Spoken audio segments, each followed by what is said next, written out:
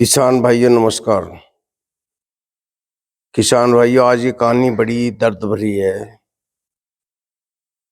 हर माँ बाप अपने बच्चे की शादी करता है ऐसे घर में जहाँ उसकी लड़की सुख से रहे।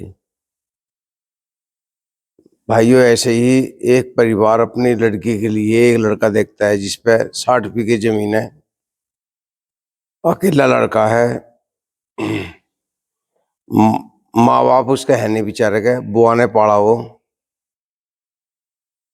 बुआ ने शादी की उसकी। भाइयों, शादी हो जाती है, लड़की वहां चली जाती है। समय गुजरता है, एक बच्ची पैदा होती है लड़की के। उसके पति की अकस्मात मृत्यु हो जा। भाई, ये लड़की बड़े दुख में समय काटती है। कुछ समय बाद में उसके गर्भ से एक बच्चा था, वो बेटा पैदा होता है संयोग से। भाइयों, नाना नानी उस बच्चे को पालते हैं बड़े आराम से, लड़की का पालन पोषण करते हैं अपनी का। जब थोड़े बालक बड़े हो जाए तो लड़की अपने ससुराल जाकर रहने लगे अपनी प्रॉपर्टी पे। बच्चे बच्चे जो हैं जवान हो जाए 20-22 साल के, माँ ने बड़े प्यार से पाले, लेकिन एक ऑपरेशन के दौरान में उनकी माँ का अचानक इंतकाल हो जा। भाई, वो बच्चे बेसहारा हो जा। लड़की सीए का कोर्स कर रही थी, बेटा भी सीए का कोर्स कर रहा था। अचानक उनकी लाइफ में ऐसा भूचाल आवे कि वो सब कुछ भूल जा। लड़का जो है खेती की जिम्मेदारी के कारण खेती में लग जा। बेटी का दिल्ली आना जाना बड़ा मुश्किल पड़ता है उसे, भाई की के लिए खाना बनाना है, घर में कोई और है नहीं। लड़की भी 20-22 साल की है, लड़का भी लड़की से 1-1.5 साल छोटा है। तो भाई, ये दोनों बच्चे जवान हैं। अब बताओ वो क्या करे, सीए बने या अपना घर को संभाले। तो भाई, ये बहुत से परिवार ऐसे हैं जिन पे ऐसा अचानक पार टूटता है। परमात्मा भी पता नहीं क्या करता है, उनका ध्यान नहीं देता। उनकी माँ होती तो उन बच्चों का टाइम कट जाता, वो अपने बच्चों को वो शादी करती टाइम पे। और वो सुख का समय था तो बेचारी वो चल बची एक ऑपरेशन के दौरान। अब गलती उसमें डॉक्टर की रही या किसकी रही भाइयों, वो तो बेचारी चली गई। अब बालकों का जीवन है सामने, ना तो उनकी शादी हुई, अभी जवान बच्चे हैं। बताओ वो लड़की क्या जॉब कर पाएगी अब जा, क्या वो सीए बन पाएगी? कभी दिल्ली, कभी घर, कभी घर, कभी दिल्ली। उसे घर का भी ख्याल है बेचारी को, बड़ी है, अपने भाई का भी ख्याल है। तो ऐसे भाइयों बहुत परिवार हैं जिन पे इतने दुख टूटे हैं, परमात्मा ने दुख दिए हैं।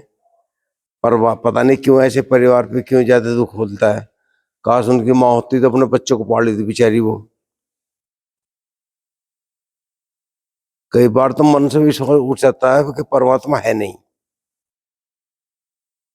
दुनिया के ऑपरेशन होते हैं, क्या उस उनकी माँ को मरना जरूरी था? उनका समय आ गया भाई, समय आ गया। कोई कहता है घर में वास्तु दोष है। वास्तु दोष का मतलब ये थोड़ी आदमी को उठा ले। तो भाई, ये समझ में नहीं आया कुछ।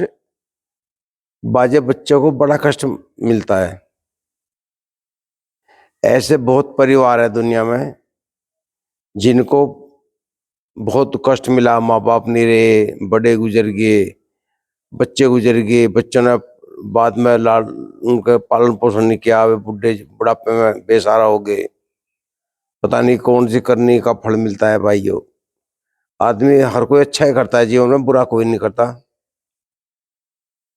कई बार आदमी का मन परमात्मा से टिक जाता है, सोचता है यार हमारे पीछे क्यों पड़ा है। परमात्मा है तो ऐसा, जिन पे दुख है तो उनको तो संभालना चाहिए।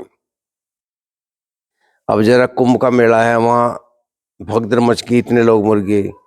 क्या उन बेचारों ने सब करने पाप किए थे? वहाँ बच्चे बड़े बूढ़े सभी दब गए, सभी मर गए। तो क्या सबकी मौत वहीं लिखी थी?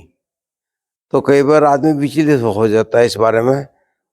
ये सोचता है यार, मतलब मन खटे रहता है परमात्मा के प्रति भी। उनका भी विश्वास डगमगाने लगता है, परमात्मा है नहीं या है तो ऐसा क्यों हुआ, ऐसा नहीं होना चाहिए था। तो भाई इस तरह का मन में विचार उठने लगते हैं।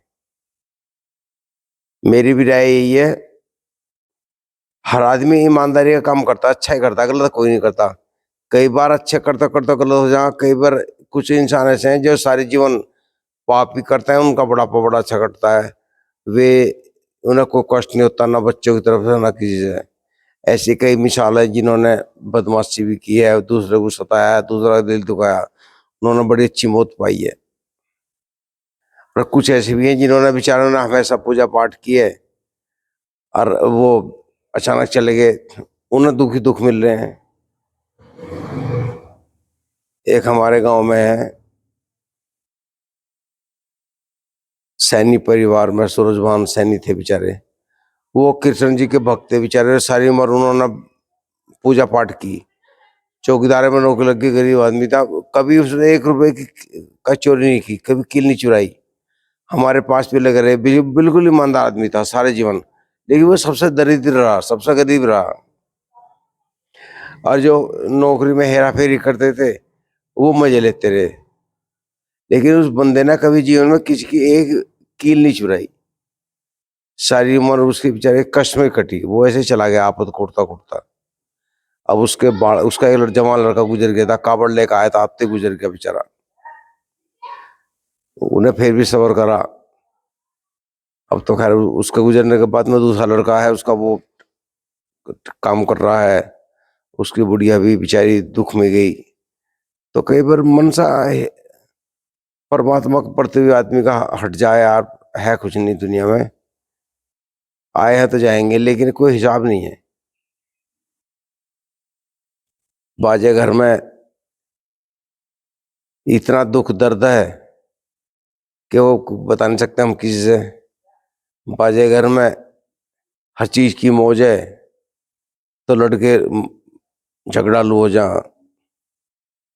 कुल मिला के कुछ ही घर हैं जिनमें सुख शांति का काम चला, लेकिन ज्यादातर जो है पाड़ा तोड़ी रहे।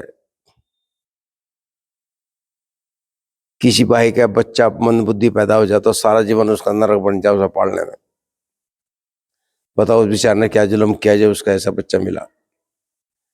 तो कुछ पता नहीं समझ में नहीं आया। कुछ कोई कहते पूर्व जन्मों का कोई मतलब कर्म गलत किए इसलिए आ गया है। तो भाई जो कुछ पता नहीं चल पाता। आज मुझे बैठे बैठे ऐसी याद आ गया तो मैंने आपको आके कहानी बता दी। भाई ये बहुत से लोग बड़े ईमानदार रहते हैं जीवन के प्रति, बिल्कुल ईमानदार, किसी का एक पैसे से होते, लेकिन उन्हें कष्ट मिलता है। कुछ ऐसे हैं सारी उम्र जो है पीना खाना मौज लेने में लगे रहे, उन्हें कोई भी दिक्कत नहीं होती। कुछ आदमी दूसरे की चीज नुकसान करने में मजा आता है, उनका बाल पंखा नहीं होता। कुछ आदमी ईमानदार है, वे हमेशा कष्ट में रहते हैं। तो भाइयों मेरी इस बात पे आपको कुछ आइडिया हो तो जरूर कमेंट करके बताना, क्या मैंने सही कहा है गलत कहा। भाइयों इस वीडियो में इतना ही काफी आज की, मैं कल फिर नई वीडियो लेकर आएंगे। नमस्कार।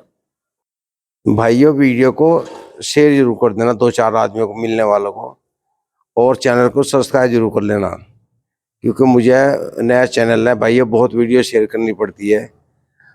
आप जितने देखने वाले हैं कम से सब्सक्राइब कर लो चैनल को, तो इतने तो मेरे अगली भी जरूर देख लेंगे भाइयों। नमस्कार।